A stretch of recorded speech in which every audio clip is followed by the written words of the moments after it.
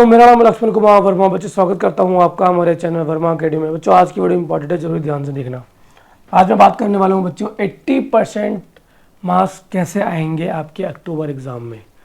बहुत सारे बच्चे आप लोग जेईई मेंस के लिए एग्ज़ाम दे रहे हो, बहुत सारे, क्योंकि देखो अगर आपको अक्टूबर में आप जो एग्ज़ाम दे रहे हो बच्चे, अगर आपको साल बचाना होता, ठीक है, तो आप ऑन डिमांड एग्ज़ाम दे चुके होते, रिजल्ट का वेट कर रहे होते। लेकिन आपने चूज़ किया कि मैं अक्टूबर एग्ज़ाम दूंगा या दूंगी। तो बच्चे आपका पर्पस हो सकता है कि आपके परसेंटेज पर मैटर करता हो, कि आप ट्राई कर रहे हो कि मेरा एटलीस्ट 75% बन जाए और मेरा जेईई मेंस में हो जाए, नीट एग्ज़ाम में हो जाए, ठीक है ना। तो उसी बात को लेकर मैं आपको डिस्कस करूँगा और 80% क्या लाना पॉसिबल है कि नहीं कम पढ़ करके। अच्छा बताता हूँ मैं आपको 80% का मतलब समझे पहले आप, क्या होता क्या है, ठीक है ना। अगर 80 मार्क्स का पेपर आ रहा है, ठीक है ना, जिसमें से 20 मार्क्स का आपका प्रैक्टिकल है,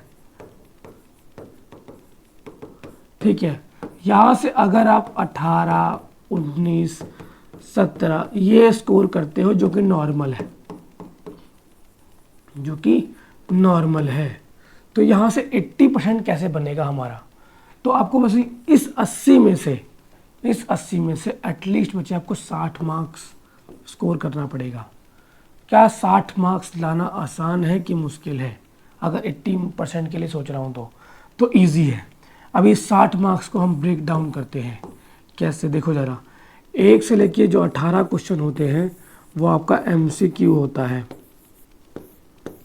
पहली बात बच्चे, 50% जो आपका क्वेश्चन पेपर आएगा, अगर आपने रिसर्च नहीं किया है, मैक्सिमम बच्चों ने रिसर्च कर लिया होगा मतलब कि क्वेश्चन पेपर देख लिया होगा। लेकिन अगर नहीं देखा है तो 50% आपका MCQ बेस होता है और 50% आपका ठीक है, आपका क्या होता है, सब्जेक्टिव। लेकिन सब्जेक्टिव में भी बच्चे मैक्सिमम क्वेश्चन आपको MCQ ही देखने को मिलेगा। तो मतलब पेपर आपका 70%, 75% आप कह सकते हो कि ऑब्जेक्टिव रहने वाला है, ठीक है। तो बच्चे 1 से लेकर 18 तक MCQ रहता है। उसके बाद आपका रहेगा एक 1 वर्ड,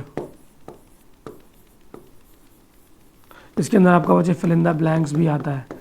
आई होप बच्चे मैं ट्राई कर रहा हूँ, लेके चल रहा हूँ कि आप लोगों ने सैम्पल पेपर्स देख लिए हैं।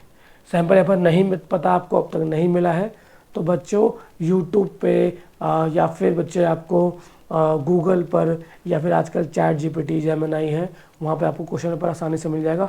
टाइप्स ऑफ क्वेश्चन मिल जाएंगे जो एग्ज़ाम में आता है, तो भाई ध्यान से देखना, ठीक है। तो हाँ, तो ये हो गया। तो 60% लाना क्या आसान है, या 60 नंबर लाना आसान है कि मुश्किल है? भाई आसान है। क्यों?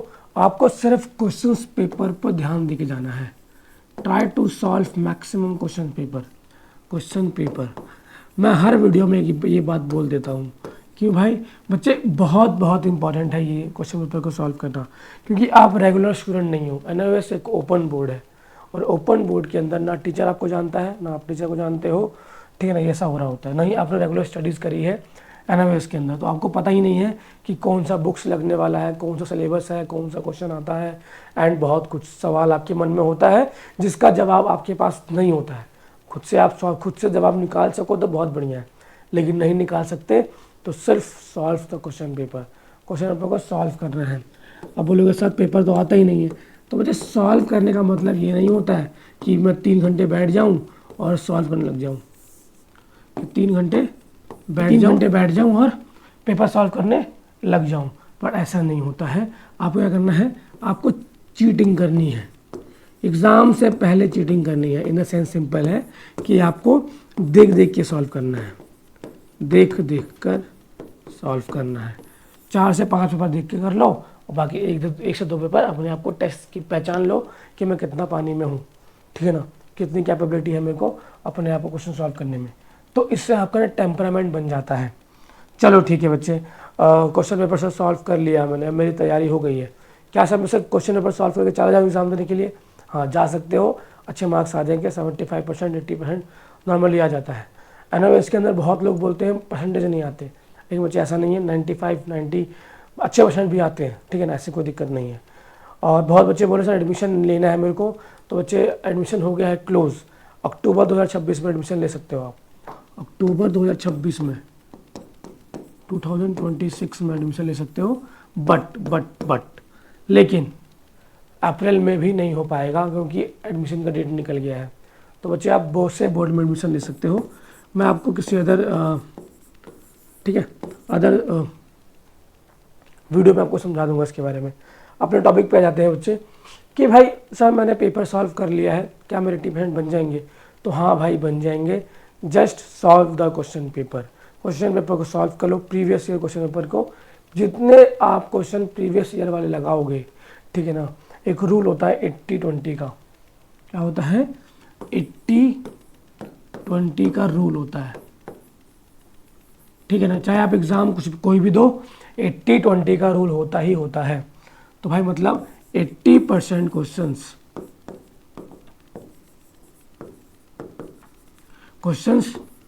20% कॉन्सेप्ट में से आता है या फिर टॉपिक्स पर से आता है।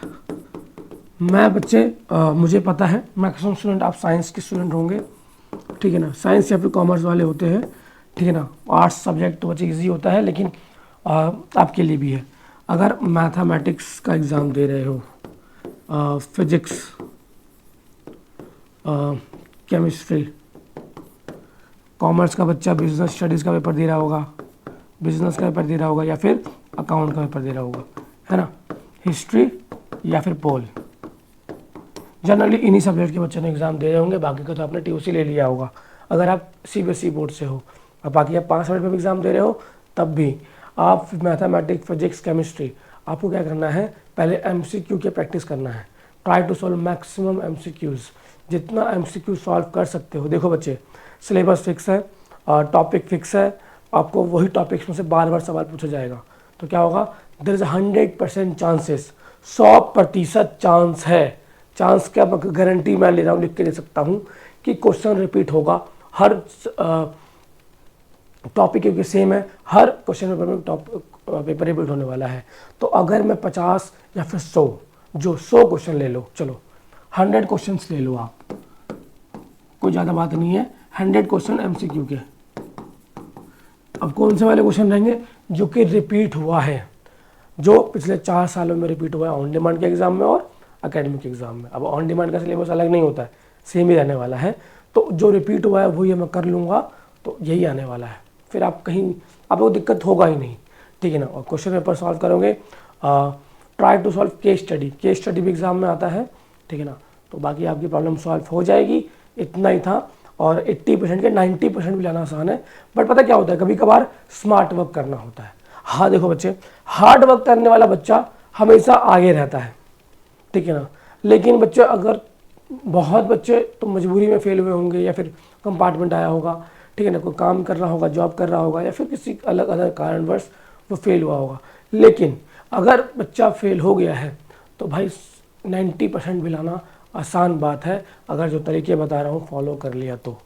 आई होप आपको बात समझ में आई है। बात समझ में आई है तो वीडियो को लाइक करना, चैनल को सब्सक्राइब करना।